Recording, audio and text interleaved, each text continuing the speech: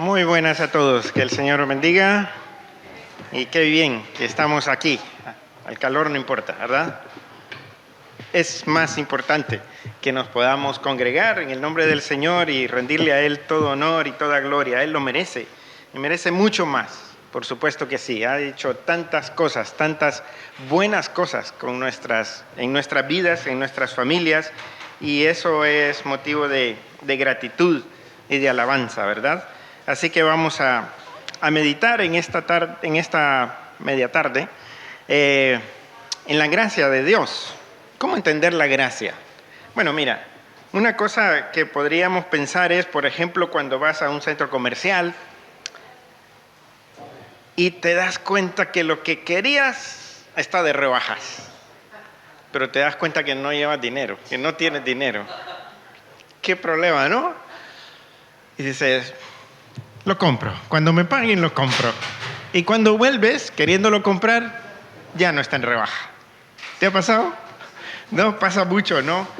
Las rebajas tienen fecha de caducidad, pero no la gracia de Dios. Y eso es maravilloso. Pensemos así en la gracia de Dios, ¿no? Como una gran oferta del Señor, una oferta de rescate. Y la oferta está ahí, vigente, hasta el día de hoy.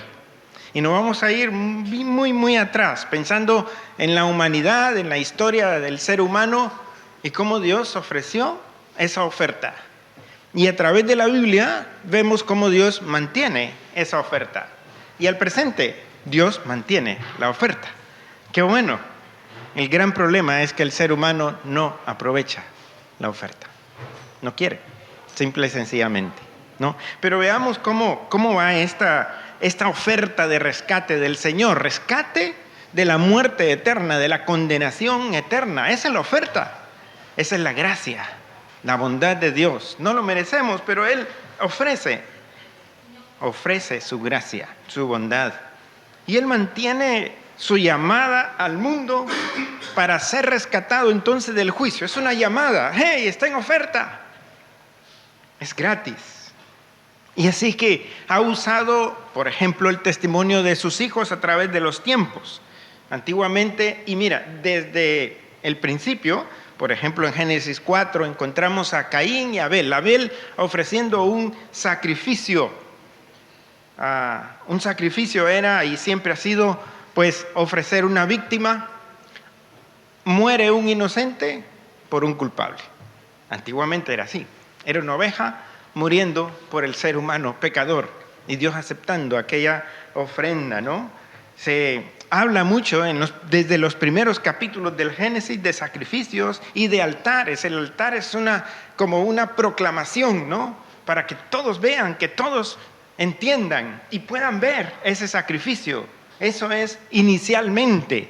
Por supuesto, todo esto apuntaba a que algún día el Señor Jesús iba a ser levantado en la cruz por toda la humanidad.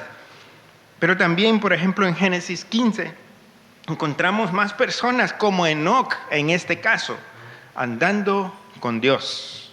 Y anduvo con Dios, y se mantuvo andando con Dios al punto que Dios lo llevó, sin conocer muerte. Qué testimonio de ese personaje, Enoc. Pero también el anuncio no solo era, y no siempre ha sido, de que mira, qué bonito, mira, qué bien, qué bendición, sino que el anuncio tiene que ver, la oferta tiene que ver, cuidado. Ahora Dios ofrece salvación, porque viene un juicio. Y es así como, por ejemplo, en Génesis 9 ya encontramos ese anuncio, pero un anuncio de parte de Noé, porque 2 de Pedro 2:5 dice que Noé era pregonero de justicia. Y el anuncio anunciaba un gran cataclismo, ¿no? Una inundación, y la gente no lo creyó. Muchas veces pasa. Aunque tengamos avisos, aunque tengamos alarmas, decimos, no va a pasar nada, ¿no? Somos tan incrédulos y por supuesto aquella gente lo era y no creyó a Noé, que predicó, que proclamó que venía un juicio de parte de Dios, pero que había oportunidad de arrepentimiento. Y lo mantuvo por mucho tiempo, quizás hasta 120 años. predicando esto. Y nadie atendió la llamada. Nadie quiso la oferta. El rescate, la salvación, el rescate de una muerte que vendría. Y Dios no solo usó personajes como Abel, como Enoc, como Noé, sino que usó pueblos. En el Antiguo Testamento es un pueblo, el pueblo de Israel, que tiene el deber de proclamar, de anunciar. Y al día de hoy somos nosotros, la iglesia del Señor. Seguimos con esa responsabilidad de comunicar esa oferta del Señor. Antiguo Testamento, Israel. Hoy, la iglesia, tú y yo. Si tienes a Cristo en tu corazón, eres parte de la iglesia del Señor, el cuerpo de Cristo. Pero igual que antes, la gente sigue sin atender la llamada. Ya estudiamos anteriormente, en uno de los mensajes anteriores, estudiamos acerca de Babel, ¿verdad? Aquella gente que era como la gente al día de hoy. Es decir, el corazón humano no cambia. Y aquella gente, como la gente al día de hoy, humanista, es decir, no necesitamos a Dios, nosotros nos podemos valer por nosotros mismos. Ahí está el humanismo. Aquellos igual, religiosos, sí, porque el construir aquella torre, la gran torre de Babel, tenía un sentido también religioso, para que podamos llegar a Dios, decían ellos. Y eran vanidosos, ¿no? Porque ellos querían hacerse una torre y entonces hacerse un nombre, ¿no? Hacerse famosos. ¿Cómo no cambian las cosas, no? El ser humano sigue siendo así, humanista, religioso, vanidoso, y en todo ello opuesto a Dios. Igual, el corazón del ser humano. Así que aquella gente no atendió la llamada de Dios. Pero más adelante, si seguimos estudiando un poco más, llegamos a Génesis 19. Y es aquí donde tenemos varias ciudades, las más famosas Sodoma y Gomorra. Sin embargo, la Biblia dice que no eran solo Sodoma y Gomorra, sino otras ciudades. Era Sodoma, Gomorra, Adma, Zeboim y Zoar. Eran 5 ciudades a las cuales Dios habría de destruir. Y es aquí esa cosa que no se entiende muy bien, ¿verdad? ¿Cómo un Dios de amor va a destruir? No puede ser. Es difícil entender entonces que Dios es amor y Dios es juez justo. ¿Cómo se combinan esas dos cosas? La naturaleza de Dios es amar al pecador y ofrecerle, mira, puede ser rescatado de la condenación eterna, porque hay condenación. Aquellas ciudades pertenecían a un territorio famoso, ¿no? El territorio cananeo. Bueno, si pensamos un poco, la humanidad fue destruida por el diluvio y quedó una sola familia. Y de Noé vinieron 3 hijos, Sem, Cam y Jafet, de donde vienen las diferentes naciones del mundo. Ahora se extiende, a través de ellos se extiende la humanidad. Jafet, Sem y Cam. De Sem vienen los judíos, por ejemplo, ¿no? De Jafet vienen los que dominan el mundo, digamos. Pero de Cam vienen los más rebeldes, digamos, ¿no? Toda la raza humana es rebelde.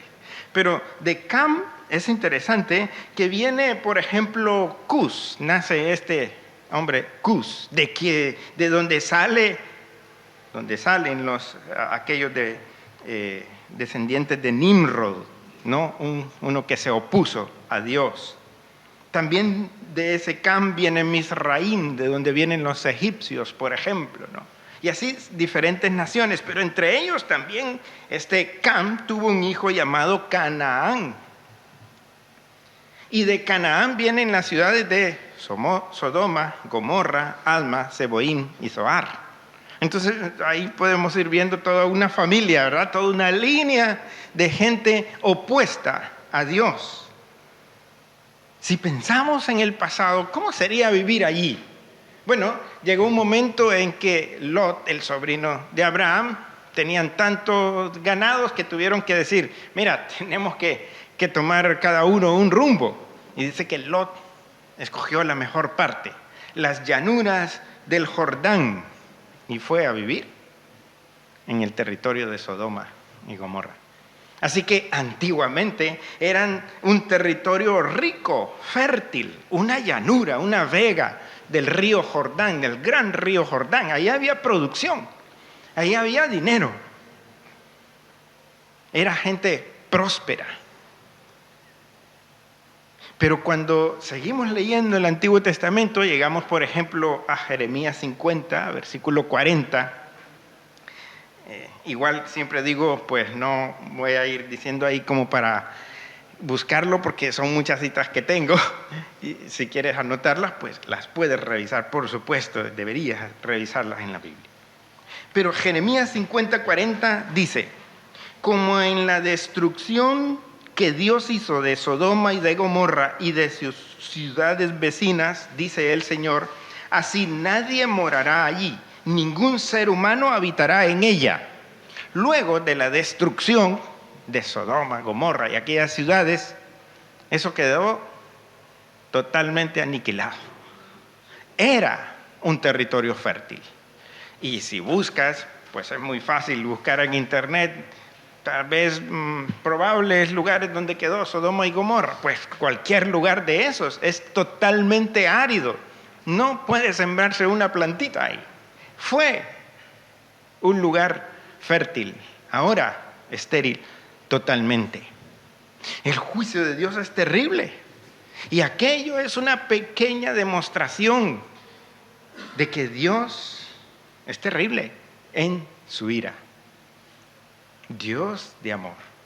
Dios quiso salvar a aquella gente. Ahora, aquella gente era terrible. Ya veremos un poquito acerca de cómo eran estas personas. El tema es que la gente sigue igual, la humanidad sigue igual, como la gente de Sodoma y Gomorra.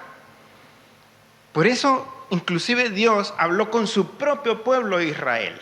En Amós, capítulo 4, versículo 11, le dice Dios a su pueblo, os trastorné como Dios trastornó a Sodoma y a Gomorra.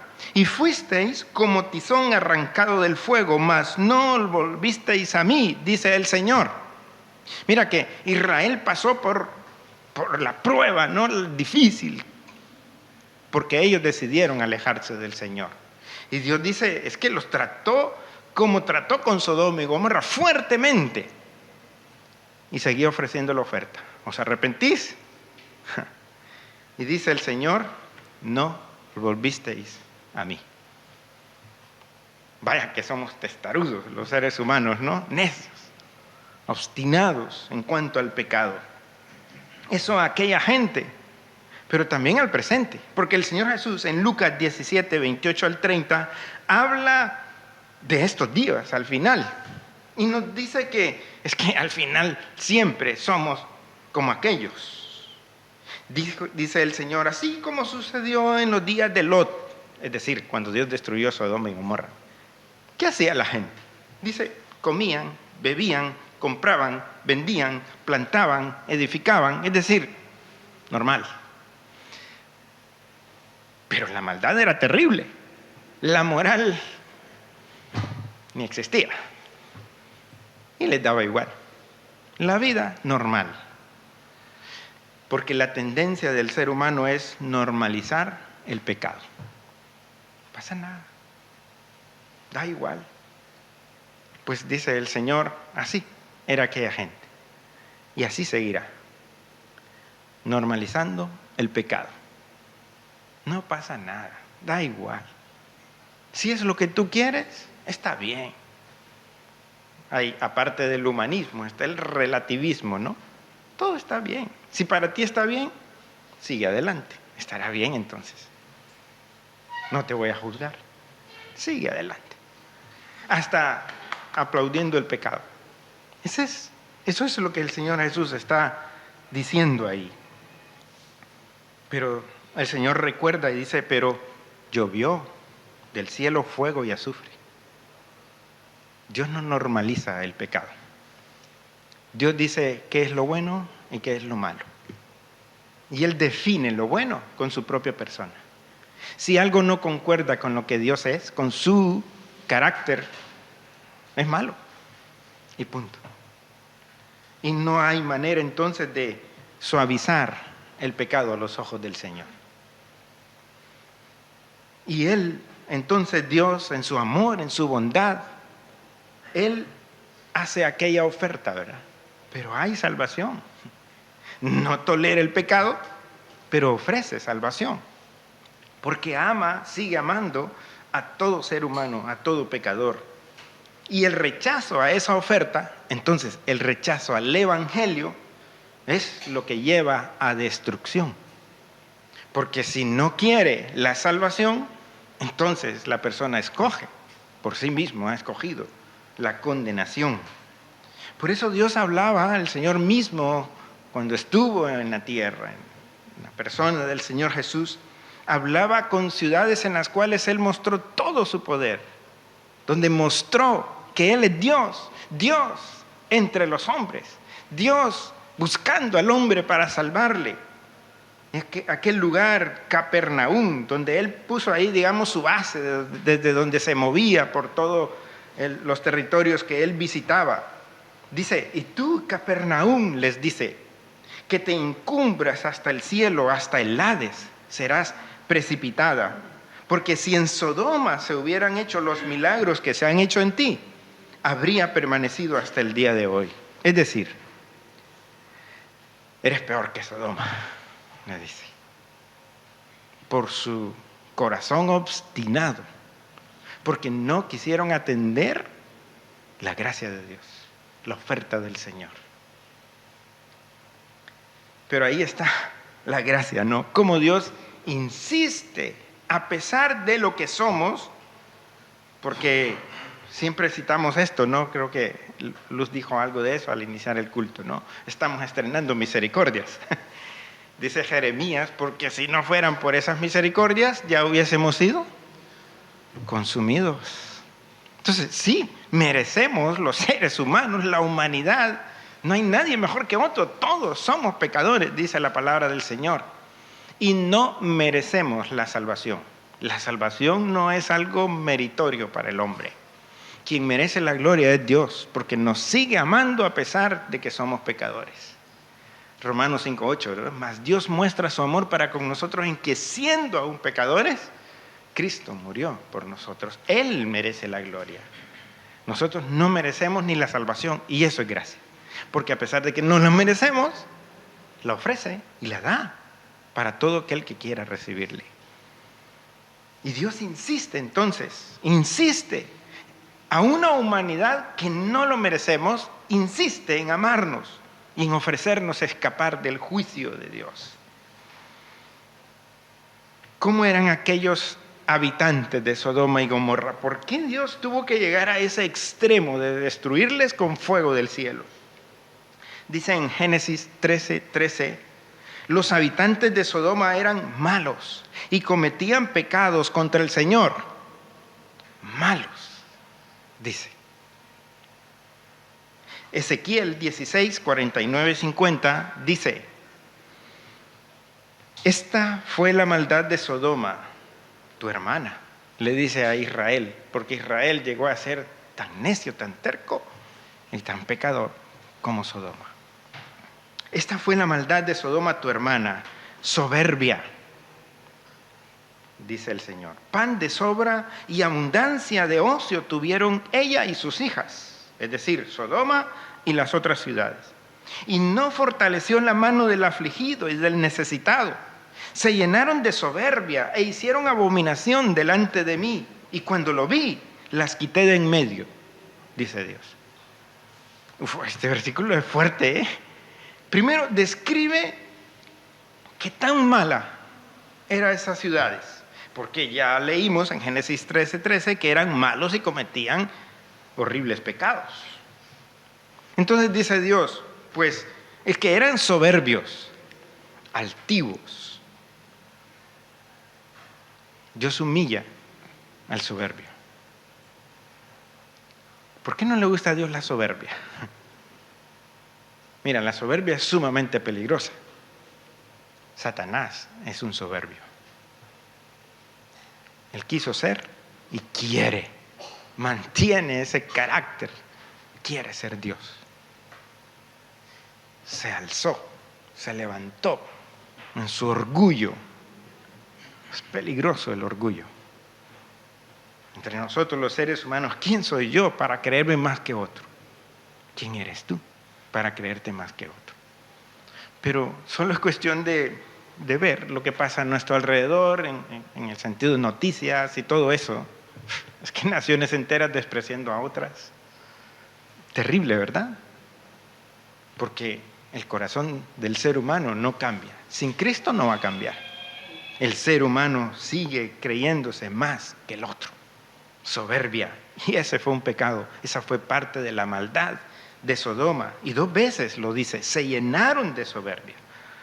Eran soberbios, se llenaron de soberbia. Dios enfatiza eso. Dice que tenían pan de sobra, pero no fortalecieron la mano del afligido y del necesitado. No compartieron. Mira, podría decir, ya, pero eso tampoco es tanto. Pues miremos a Cristo. Siendo Dios, se hizo como nosotros. Siendo el dueño del universo, vino a este mundo y se hizo pobre por amor a nosotros, y la Biblia lo describe así. Aquellos tenían, pero no compartían. No le gusta a Dios tampoco, como no le gusta la soberbia, y lo considera maldad. Vaya, es fuerte, ¿no? Y además de eso, dice que en ellos había abundancia de ocio, ociosos. Bueno, hombre, todos decimos, a ver, si es que yo necesito divagarme, ¿verdad? Sí, por supuesto, pero todo con medida, ¿verdad? Aquellos, dice, abundaban en el ocio. Y cuando una persona es ociosa, piensa en la maldad. Deja de pensar en lo que puede construir y se dedica a destruir. Y dice que hicieron abominación delante de mí, dice el Señor. Entonces los quité de en medio. Mira lo que no le gusta a Dios. Y esto está escrito para nosotros. Porque la Biblia nos advierte a nosotros que hemos creído en Cristo, que estamos en Cristo. Nos dice, cuidado, no te amoldes a este siglo. No te conformes. No seas como es la mayoría del mundo. La mayoría que no piensa en Dios. Entonces nos llama, y es Pedro, ¿no?, que nos repite aquello de sed santos. Porque Dios dijo, sed santos porque yo soy santo. ¿Cómo nos llama Dios? Tú tienes que ser diferente. No tienes que ser como el otro. Tienes que ser como el Señor. ¡Wow! ¡Qué reto más grande entonces! ¿Verdad? ¿Cuántas cosas de estas siguen vigentes al día de hoy? Porque el corazón del ser humano no cambia. Al día de hoy, por supuesto, tenemos mucha soberbia, abundancia de ocio y por lo tanto abundancia de maldad. Sin compartir. Y muchas abominaciones a los ojos del Señor. Es que la palabra del Señor nos enseña que aquellos, su pecado literalmente dice que llegó a extremos. Mira lo que dice, por ejemplo, Génesis 18:20. Literalmente dice, su pecado se ha agravado en extremo.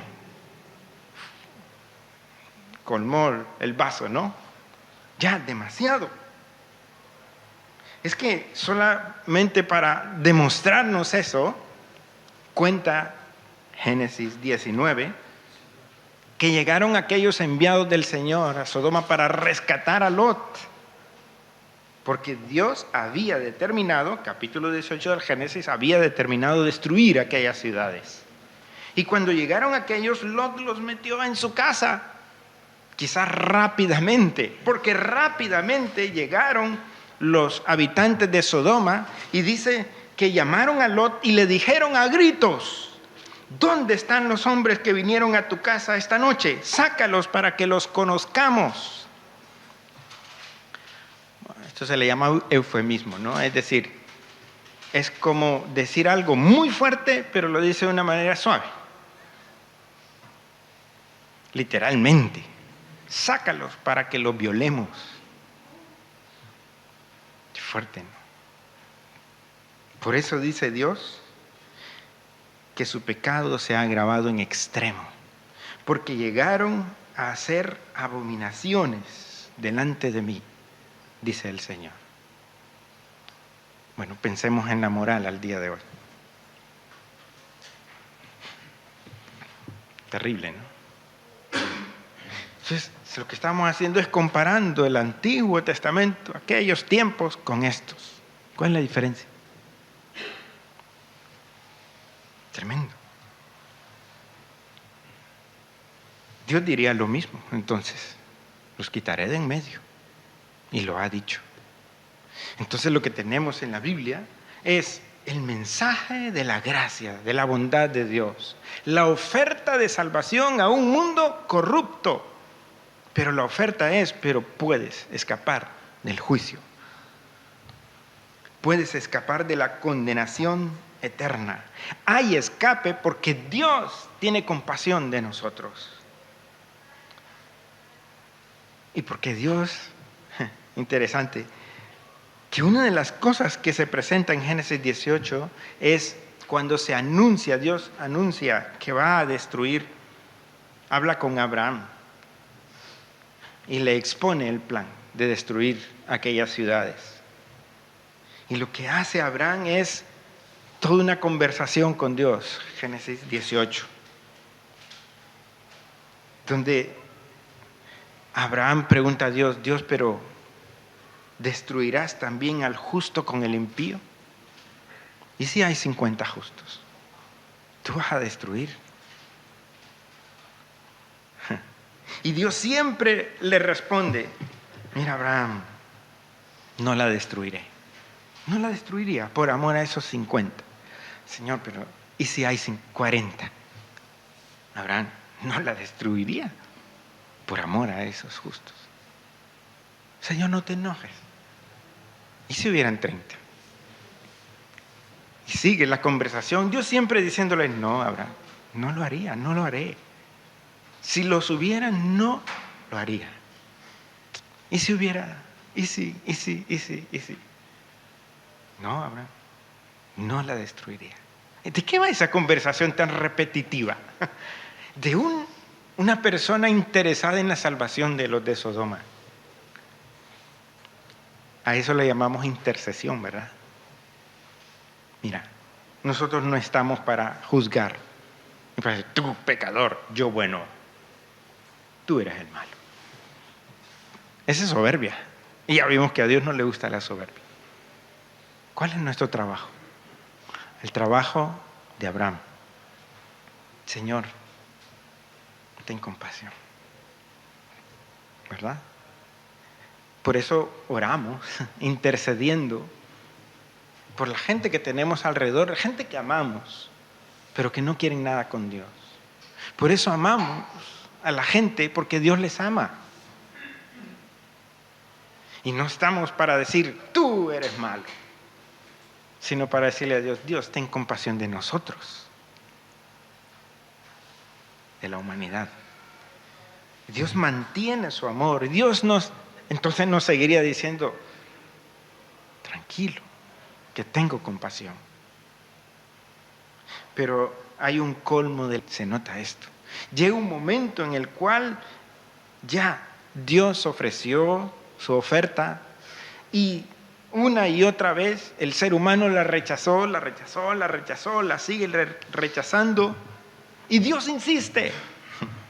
Eso hasta el día de hoy. Por eso nos recuerda 2 de Pedro 3:9, el Señor no retarda su promesa como algunos piensan, sino que es paciente para con nosotros, pues no quiere que ninguno perezca, sino que todos se arrepientan. Ese es el carácter de Dios. Quiere que todos se arrepientan. Todo este mundo que va tan mal. Bendito Dios que un día escuchamos ese mensaje y nos arrepentimos. Y esto no de vosotros, es un don de Dios, dice la Biblia. Es decir, Dios nos impulsó para que creyésemos. Si no, no hubiésemos creído. El Espíritu Santo nos convenció, porque nadie nos podía convencer. Nadie. Tuvo que venir Dios mismo y tocar nuestras vidas de alguna manera, a veces con pruebas. Mucha gente viene a Cristo en una prueba muy dura, muy difícil, donde ya no puede más y dice, Dios mío. La compasión de Dios es salvar. Bendito Dios por los pequeños, ¿verdad? Que sin tener todo un currículum de tanta maldad, vienen a Cristo. Bendito Dios. Pero el Señor sigue con el propósito de rescatar, pero sigue siendo justo. No tolera el pecado, tampoco. Mantiene su justicia. Por eso, también Pedro nos cuenta, mira, al final los elementos ardiendo serán consumidos.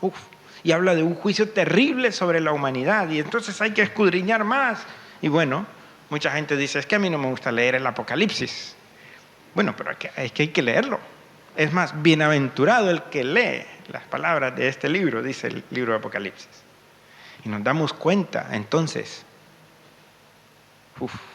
es terrible el juicio de Dios. Y Hebreos nos dice, dura cosa es caer en manos del Dios vivo, porque Dios mantiene su oferta por amor, pero también sigue siendo justo. Entonces, Deuteronomio 29, 23 dice sobre aquellas ciudades, el Señor las destruyó en su furor y en su ira.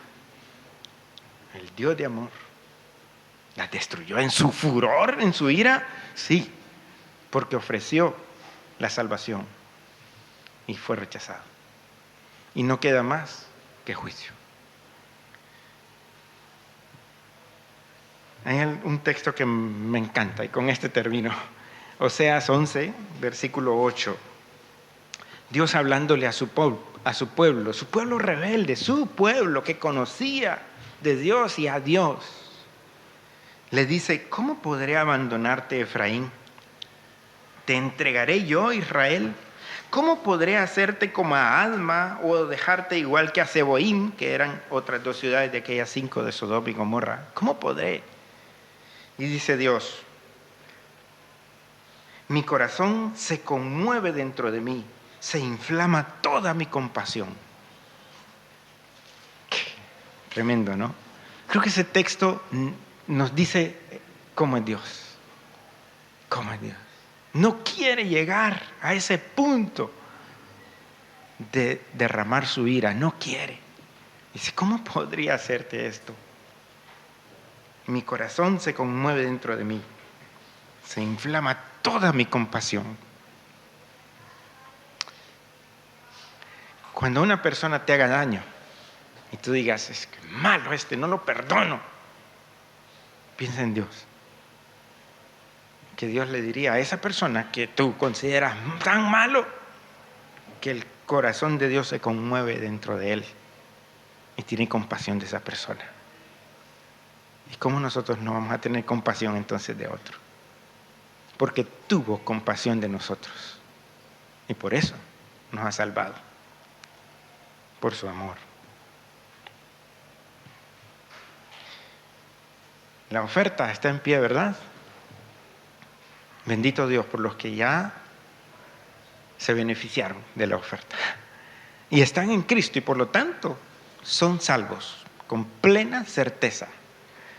No porque seamos mejores que otros, es porque Dios es bueno y porque al ofrecer la salvación nos ofreció la seguridad de la salvación. El que tiene al Hijo tiene la vida. El que no tiene al Hijo de Dios no tiene la vida, dice la palabra de Dios, 1 Juan 5. Bendito Dios, porque nos salvó. Nos amó, nos salvó. Y bendito Dios porque la oferta está en pie. Y aquí viene nuestra responsabilidad. No juzgar, sino proclamar la gracia de Dios. Tampoco jugar con el pecado, ni tolerar, ni normalizar el pecado. Tampoco. Pero sí proclamar la bondad de Dios. Y ver a las gentes con los ojos de Dios. Así como Dios dice, ¿no?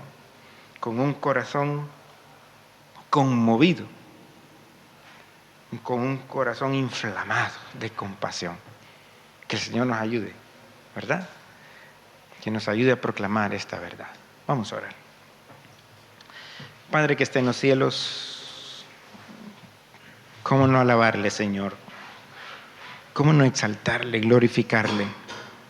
Quizás perdónenos, Señor, porque muchas veces nos cuesta entender hasta dónde llega el gran regalo de la salvación. Quizás muchas veces nos cuesta entender de dónde nos ha rescatado. Gracias, Dios, por darnos vida en Cristo Jesús. Y porque sigue la oferta para muchos otros, para el mundo entero.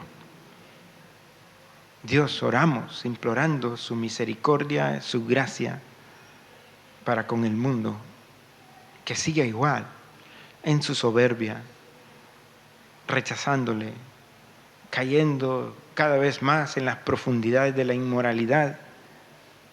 Y Señor, solamente hay alabanza en nosotros, porque aún así sigue amando a la humanidad, ofreciendo el rescate, ofreciendo el perdón. Y Dios, en el nombre de Jesús, pedimos que nos ayude a nosotros a entender esta verdad para que podamos proclamar esa gracia, para cambiar quizás actitudes y que seamos más sensibles a la necesidad del mundo. Ayúdenos a cada uno de nosotros, a quienes puede usar y quiere usar, porque somos testigos de primera mano de que usted es bueno y que sus misericordias son nuevas. Cada día nos muestra y demuestra. Gracias por su Espíritu Santo que nos convenció y que nos quiere usar con poder de lo alto para poder cumplir con nuestra responsabilidad. Ayúdenos, Señor. Perdónenos por estar pasivos muchas veces y por callar lo que deberíamos proclamar y anunciar, como lo hizo Noé, con paciencia e insistencia por décadas. Ayúdenos, Señor, y ayúdenos para ver al mundo entonces como usted lo ve, con ese corazón lleno de compasión y de misericordia. Y por este mundo oramos. Oramos, Señor, por nuestros familiares no creyentes. Oramos por nuestros amigos no creyentes que se mantienen rebeldes a su llamada. En el nombre de Jesús pedimos por ellos.